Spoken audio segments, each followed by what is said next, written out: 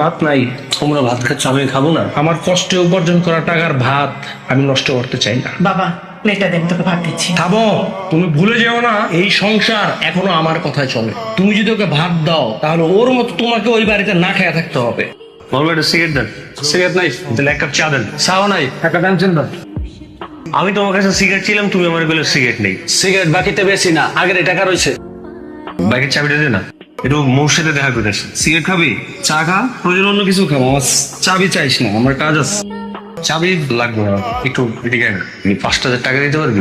আজকে মোয়ের জন্মদিন তো, কিছু একটা গিফট দিতাম। 20,000 টাকা নিয়েছিলে যে মনে আছে? তুই টাকা পয়সা 2 দিন পর পরই নেস, দেওয়ার তো কোনো নামগঞ্জ থাকে না। তুই কিছু খাইলে খা, আমার টাকা পয়সা চাইস না। মামুন ভাই, ওরা 1 প্যাকেট সিগারেট দেন তো। লাগবে না, থাক। এটা তোমার আসার সময় হলো? মানে আমি বুঝলাম না, আজকে একটা স্পেশাল দিন, আজকেও তোমার দেরি করতে হবে? কি হয়েছে তোমার? তোমার কি মন খারাপ? আমি কিন্তু তোমাকে চিনি, একটা সময় তুমি সব কিছুই করতে পারবা, তুমি অনেক বড় হবা। আর যত যাই হোক না কেন, আমি তো সবসময় তোমার সাথে আছি। তোমার মতো করে আর কেউ আমাকে বুঝবে না কখন।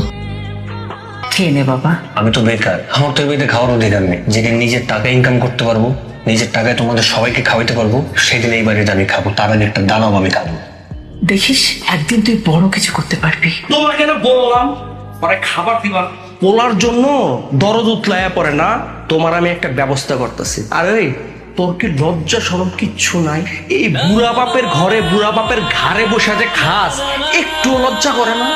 একটা চাকরি জোগাড় করতে পারস না? একটা চাকরি করে যদি অল্প টাকাও রোজগার করস, তাও তো কইতে পারো যে আমার পোলা রোজগার করে। আর কতদিন বাপের ঘাড়ে বয়ে খাবি? হ্যাঁ, এত আর্জেন্ট ডাকলা যে? তোমার কি চাকরি হয়ে গেছে? দেখছো, আমি তোমাকে বলছিলাম না যে তোমাকে দিয়েই হবে, খালি একটু ধৈর্য ধরো। কিছুই হয়নি। তাহলে কি হয়েছে? গতকাল রাতে তুমি কোথায় ছিলে? কোথায় আর থাকবো, বাসায় ছিলাম। আরেকবার সুযোগ দিতেছি, সত্যি কথাটা বলো, কোথায় ছিলে? তো আমি কি মিথ্যা কথা বলতেছি নাকি? সত্যিই তো বলতেছি। এগুলো কি? তুমি এগুলা কোথায় পেয়েছো? এগুলো আমি কোথায় পেয়েছি সেটা তো তোমার জানার দরকার। কিন্তু এই তুমিই তো আমাকে বলছিলে যে পৃথিবীতে আমার পাশে আর কেউ থাকুক আর না থাকুক, তুমি শেষ পর্যন্ত আমার পাশে থাকবা। এইটার নমুনা।